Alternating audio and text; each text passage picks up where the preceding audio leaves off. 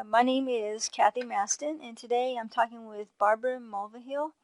Today is March 2nd, 2016, and we're in the Campbell Room of the Kansas History at the Salina Public Library. Okay, Kathy. We've known each other for quite a few years now, I think, Yeah. but I never have really heard the story about when you were born and your early years and everything. So I Okay. wonder if you could tell us about that. Okay, well, I was born in 1962 in Wichita, Kansas. Second child of my parents. Had an older sister, Lori, and then later on there were two more sisters and a brother.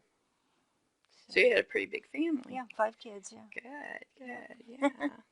Well, tell us about your early childhood, and also how did you end up in Salina? When did you come to Salina? Okay, well, my dad was working at that time it was called Beach Aircraft. Later on, it changed to Raytheon and some other names too. But when I was about 4 or 5 years old, we came to Salina, and originally lived on a house on 9th Street, real pretty kind of Victorian style house. But my parents decided they needed to move something smaller when the heating bill was higher than the rent bill. Oh, yeah. So moved to a smaller house, 2 bedroom, and for a while there was just the 3 kids, later on 4, but when it came to the 5th kid we had to move to a little bit bigger than that. Well, yeah, that would be too small for Yeah. 5 kids. Right. Mm-hmm. But went to elementary school at Sunset, Uh-huh. and pretty good years there, so a lot of good memories. Good.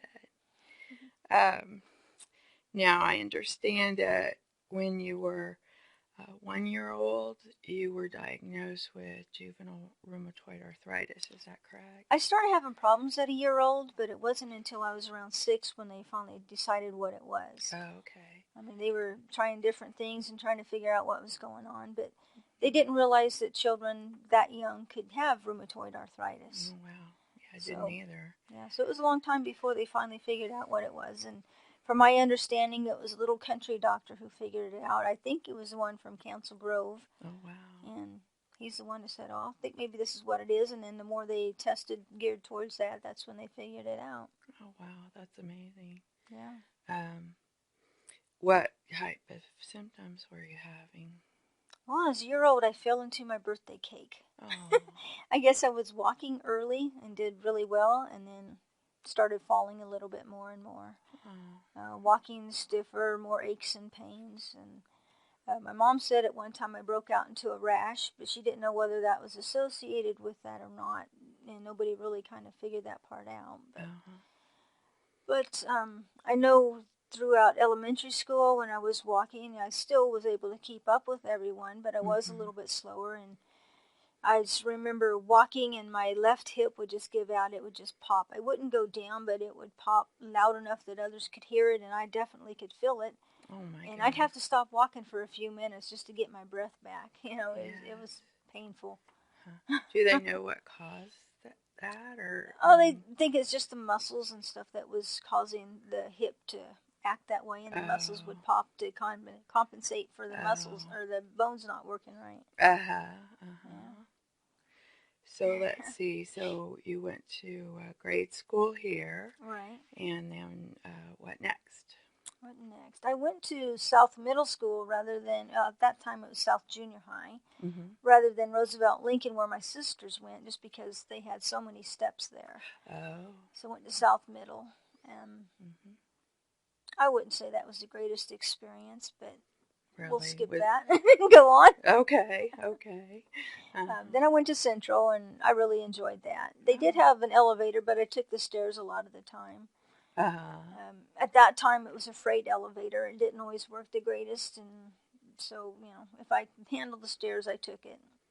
Did you have to walk with crutches or anything? I never did use crutches or walkers or anything until I got out of high school, and then it started progressively getting worse. Oh, okay. Yeah. Okay. What was it like being? Did your peers accept you and everything? Most of the time, I think I did really well with them. Elementary school was fine. Yeah. Junior high was miserable. I think junior high is miserable for all of It us. is. That's my opinion. I think so, That's yeah. just the age. And partly it was because, well, I knew some people there from elementary school that was on that side of the school district, but my sisters were over there. I couldn't wear anything geared towards my school colors because, boy, I got hassled from my sisters. Oh. And it was just difficult having them at one school and me at Well, another. yeah, it's So, too bad you couldn't yeah. all been together. Yeah. Yeah, that's kind of a shame. Well, so then you went to South High School. I went to Central High. Oh, Central High. I'm Central sorry. High, yeah. Central High. And what did you do in high school? Did you do any particular extracurricular activities, or what was your favorite subject and that kind of thing? Surprisingly, as much as I like art, I didn't take any art in high school. Oh. I didn't take music in high school. I took languages and history and things like that, which I also enjoy a lot. Sure, yeah. Yeah. I know you like history I because do. you're one of my genealogy peeps. Yeah. Yeah. Okay, and so when did you graduate high school? 1980. 1980. Yeah. And then what did you do after high school? For a while, I stayed home, looked for a job, couldn't get it. I went on to Brown Mackey, did medical technology along with other secretarial type courses. Still wasn't able to get a job even after having that degree. And just kept looking, doing hobbies here and there in between everything. And then I went on to Kansas Wesleyan and got my teaching degree and back to looking for a job again. I mean, it's a constant struggle getting a job because they see the wheelchair and I think all they see is a big sign that says can't. Right. They don't even give you a chance. Right. Didn't you say your teaching degree was K through 8? Is Right, that K right? through 8. Uh-huh. When I started subbing, I subbed all the way up through high school. I did even sub in a couple of college classes. But so I subbed for quite a while, and for the most part, it was pretty good. But I just needed something that was steady. Right. Sure. So were you ever able to get a steady teaching job, or? I did, but I was working on a grant, so my pay was minimum wage. No insurance, nothing like that. But I did that for 2 years. Yeah. I was working with first and second graders over at Usner Elementary. Okay. It's interesting now because one of the boys that I had then, who was in both my first and then later the second grade class, I now have his stepson for my tutoring student. Really? He's a first grader, so it's like second generation. Yeah. Does that make you feel old? It really does. Well, what really made me feel old was when I was later on working at Kansas Wesleyan, not for Wesleyan, but that's where the office was. And I would see college kids there that I taught when they were so young. That made me feel old. Yeah, I understand the feeling. I think you and I aren't that far apart in age. Yes. Yeah. Well, so then when were you able to finally get a good full-time job? Well, I did work a lot of little jobs here and there. I did research for different organizations. I did a lot of genealogy for other people. Oh, okay. Tutoring here and there. Let's see. I worked at Target for a couple years. Every weekend I would do some of their computer work and just oddball things. But I guess my full-time job, I got on with the district office for United Methodist Church, and I did that for almost 17 years. All type of secretarial, you name it, I did it. Really enjoyed it. Good. Met a lot of nice people. Had 6 different bosses. Then when the 6th boss came in, she decided she didn't want me, so whatever the issue was that she decided, I was gone. Oh, that's too bad. Yeah. So. And that was your last job? That was the last job, and I've been looking ever since. And that was about a year ago? Yeah, just about a year. Yeah. Well, that's really frustrating, I'm sure. Yeah. I believe you have a ton of hobbies that you do, and community activities and things like that. Why don't you tell I do a lot of that? volunteering. I volunteer at Rolling Hills. I really enjoy out there. I work with mainly when the students come out there for classes. I help out with that. Other programs that they have going on, I'll do that here and there. Do a lot of volunteering at my church, helping the kids, whatever. Sometimes filling in for the Sunday schools. That hasn't been real often lately, but a little bit here and there. On the Board of Education again. The Salina Board of Education? No, for my church. Oh, for your church. Right. Okay. Okay. Yeah. So help with that. Gosh, where else? I mean, just a little bit of places here and there, everywhere. Yeah. Yeah. And hobbies, gosh, where do I start on that? My mom taught me when I was real young to sew, and I really enjoyed that. Started out with embroidering. And from there, I made my first quilt. I did the 50 states, and I embroidered the birds in the shape of the state and flowers. I can't remember what all's on that, but that was the first quilt that I did, and I just put it together however I could figure it out, and that was the first one. Got it machine quilted by a lady, and from there I just kept making more and more, and most of them are now pieced instead of embroidered. Oh. Gosh, I was trying to think the other day how many quilts that I've made. I have a lot up in the closet that I don't have quilted, but I'd say the ones that have actually been quilted, maybe around 30. That's amazing. Probably another 30 in the closet, I'm not sure. And you say you give them to all your nieces and nephews when they graduate high school. Right, nieces and nephews as they graduate. And lucky kids. I know, and I'd start making them for my foster kids when they would graduate, but not too many of them graduated. I mean, they would quit or move or wherever, and then you kind of lose track of them.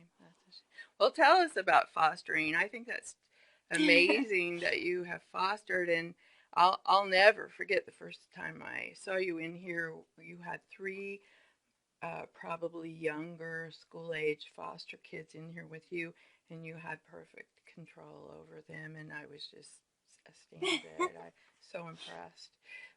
So what has been your experience with fostering? I started foster care when I had 3 cousins in my home for tutoring, and they were taken away from the grandma and put in foster care. And I kept getting caseworkers and people calling me all the time saying these kids talk nothing about anything but Kathy, Kathy, Kathy. Oh. And they'd go to bed at night. They weren't hollering for mom and weren't too hollering for grandma. They were hollering, I want to go to Kathy's. Oh. And so I didn't know, being handicapped, whether I would be able to even qualify, but I went through the process and I did qualify. But by the time, it's a long process. You have classes and different inspections and different things you have to go through. By the time I got through that, the kids were out of foster care and back with other relatives. So they never were in my home as a foster child, but I figured I have the license now and my house is geared towards them, so why not? So I did foster care for a long time, and gosh, I had, between foster and respite care, I had over 160 kids in my home. Wow. That's amazing. Some stayed just overnight, some were a couple weeks, a couple months, some of them for a couple of years. A couple years? That long? Yeah. That must be hard. You must really get attached to them. You do. Some of them you keep in touch with. In fact, one of them just had a birthday on the 29th, and I wished her a happy birthday. Sure. That's kind of neat hearing from some of them. Sure. Yeah. Well, it sounds like you really have a heart for kids. Yeah. In all sorts of ways. Did you say you draw too? I do a lot of drawing. I've had some churches ask me to draw pictures of their churches. Really? And I should have brought my iPad that had the pictures on there, but I spaced that one out today. But, yeah, I had one church that was built like in 1870s, and that church was just torn down not too long ago, and they asked me to draw a picture of that and then draw a new picture of the newest church. So I did that, and they auctioned that off. That was around the Hillsboro, Kansas area, and they auctioned those 2 off as a fundraiser for their churches. How cool is that? Yeah. Well, I'd like to see some of your drawings sometime. You'll have to bring some in. I'll do that. Well, now I understand you well, I know you drive your own van because I've seen you, and I know you have your own house and have lived independently for Right. how long has it been since you've lived independently? Well, I stayed home for a while after high school. I think I was about 20, 21 when I moved out into an apartment. Uh-huh. Had that apartment for 9 years. In fact, it's where the police station is now, so it's kind of funny. I Oh. drive the kids by and point to the jail and say, "That's where I used to Oh, live." that's funny. But yeah, they were getting ready to tear the houses down to expand the jail, so I had to look around. And at first, I started looking for other apartments to move to, and trying to find any that's accessible is very difficult. Oh, I bet that's right. So I figured, well, let's see about renting a house. And then when I checked into that, well, let's see about buying it. I had hardly any income at the time, but I was able to get a first-time home loan, and so that helped me a lot. And Yeah. I've been there almost 24 years now. Wow, that's amazing. Yeah, and have a ramp on it and widened a few rooms and the made it all doors accessible. to the rooms. Yeah. So it works out pretty good. Oh, that's fantastic. Yeah, I like it. Yeah, it's fun having your own place. It is. And how did it come about that you were able to get your van and everything? Yeah, I had a car, and it's just getting more and more difficult for me to get in and out, and trying to just walk was getting more difficult. So I knew I was going to have to start using a wheelchair, which if you're going to have a wheelchair, you're going to have a way to get around too. Sure.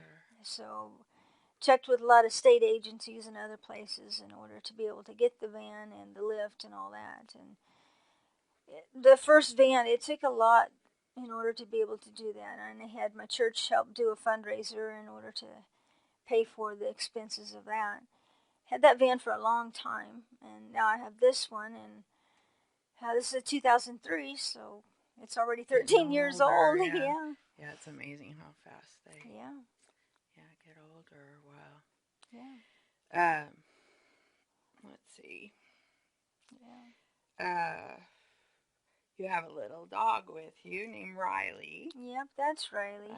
He is a Wishon, a Westie Bichon. A Westie Bichon. I think he's about 9 years old now. And he's a therapy dog? Right, he's a service dog. He qualified for it and does what I need him to do. He's not always that cooperative sometimes, but for the most part, he works pretty well for me. What types of things does he do for you? He picks things up for me. Okay. Yeah. Well, and, Riley. And just a good companion. There he sits up. But yeah, he's a good companion. Great to be with. Oh, yeah. He loves to travel. Loves the library. Yeah. As I said, he barks when we pull in, but once he gets inside, he's nice and quiet. That's neat. Yeah. Yeah.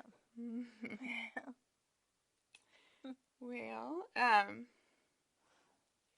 your family lives here in Salina still? My mom lives here with her husband, and have a sister with her family that still lives here, but everybody else is either in Florida or Topeka. Oh, okay. Florida, wow. So yeah. They're a long ways away. Yeah, went there to see him once. I'd like to go back, but it'll be a while. Yeah, yeah. Are they pretty supportive of you? I think for the most part. Yeah. Growing up, they were always there to help me out. Oh, yeah. They were there to pick on us, brothers and sisters picking on each other. That's normal. Yeah, that's normal. Yeah. But, as we get older, everyone's time consumes whatever they've got going. So it's hard to keep in touch, but we do. Especially it's if difficult. They've moved away and everything. So. Yeah. Well, I was going to ask you, sounds like you've been through a lot, and I was wondering what have been your greatest challenges in your life so far? Biggest challenge is getting a job. Getting a job, yeah. This past year, looking for a job, and I've put in well over 260 applications, and I've done 55 or so interviews. And I don't have a problem getting the interviews. Right. But like I said, once they get there, they see the wheelchair, then they just shut their mind off. I could go to a lawyer, and I know I have a case on some of them that I could sue for discrimination, but I hate to do that. Yeah. But, Well, you would that's. think people were a little bit more open-minded in today's society, I but they're know. not. I know. Yeah, I guess it just takes a long time to overcome prejudices, Yeah, but yeah, that makes it really hard for you it does. to get a job, and uh, I know you want to be self-sufficient and Right. everything, and you have every ability in the world to be It's just self-sufficient. There's no getting others reason. to believe it. Yeah, it's getting others to believe it. Right. That's right. Yeah, Yeah, that's that's been my biggest challenge. so frustrating. Yeah. Yeah. Mhm. What are you the most proud of in your life? Hmm. um, Probably just that I've been able to just keep on going. Yeah, and you do. You know, you were in here the other day, and I was talking with you, and you said, "Well, I gotta go. I'm gonna go tutor some kids." You Yeah, know, so you do yeah, keep on going. It's I just, do. Sometimes it's difficult, but I'm not gonna sit at home. I'm not gonna sit still. I've got things I want to do. that's right. That's right. You got a life to live. That's right. Yeah. Well, Mhm.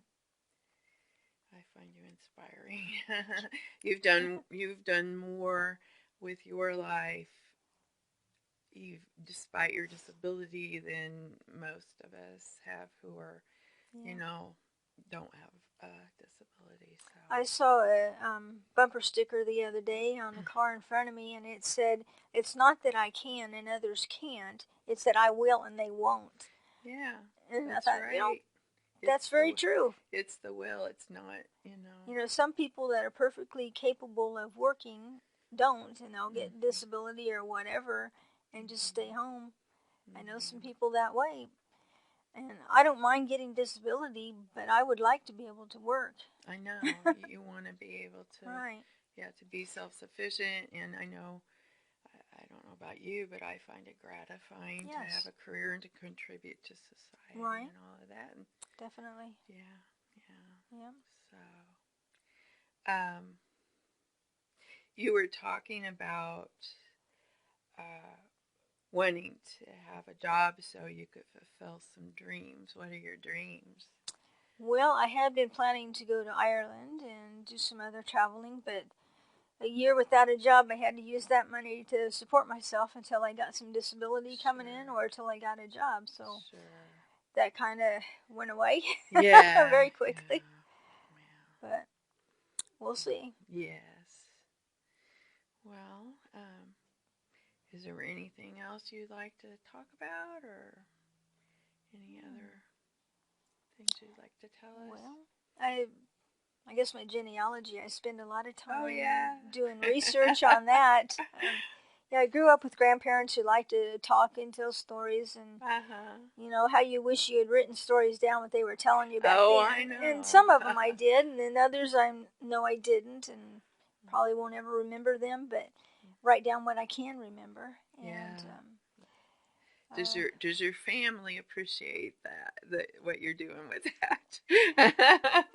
I think they eventually will. I don't know that they completely understand. When I try to talk to, especially the one sister, she's like, okay, whatever, and then she's on to her own topic. But I think eventually it will be appreciated. We hope, right? Yeah, we You hope. and I are both in the same boat. We Yeah, don't have kids, and we hope our families someday right. will appreciate it. Yeah, but But I know I have a lot of cousins that keep in touch because of genealogy, and really, I've contacted them, and some of them all along had been doing research, but we didn't know about each other until we suddenly came across, and then so we've been helping oh, each other out that's on so some of that. fun, isn't Right. it? To meet new family Yeah, and and some of them I yes, have. They've come here to Kansas, and I've shown them around the Homestead area. wow, Last summer, one of my cousins, who was, gosh, I want to say he's in his 90s now, but I can't remember for sure. Uh, he met me here in Salina, and we drove to the homestead and looked all around, and he told me histories and stuff that I never knew about. oh, isn't that So that was fun? so neat. I I know enjoyed it. that's something we share. I've gotten in contact with long lost relatives, and Right. they've given me information I never would have Yeah. found if I hadn't have met them. So Yeah. yeah. I have a cousin in Virginia working on a certain part of our family, and she says just as soon as she can get over this one little hill that she can't seem to get, then she's going to have me go there and she'll show me all around Oh, how where our nice. family originally started in Virginia. Oh, how fun. And kind of show me some of the history in that area that I've only see on paper right now. Right, And she's right. actually there and can go to the places. Oh, yeah, that'll be fun. Yeah. Where is your homestead here in Around the Kansas? Lost Springs, Lincolnville, Lincolnville. Council Grove area. Okay, Yeah. okay. And how far back did your ancestors immigrate there? Around 1860. 1860, very Right. early. Very early. Just a few years after the Kansas Territory Right. opened. Yeah, one family came and they had a group of 15 kids. One of them died on the way, and then in the meantime, they adopted two kids who lost their parents on the trail. And Wow. so got some of that kind of history in there. And then others that came, he was single, and he came here and ended up raising a big family. And so it's got a lot of interesting parts of the country out there. Yes. Well, and sounds they were people with grit, and Yeah, they had to be. sounds like you have inherited their grit. No, Yeah, you have to do that. I think mean, so. you're kind of stuck otherwise. I know. I know. Yes. Yeah. Well, anything else you'd like to add? Not that I can think of. Okay, well, sure appreciate you coming here and speaking with us today. And thank you. And I wish you all the luck in the world on your job hunt, because it sounds like you would just be a fantastic employee, and whoever ends up getting you will be lucky. So Thank you. thank you. Mm-hmm.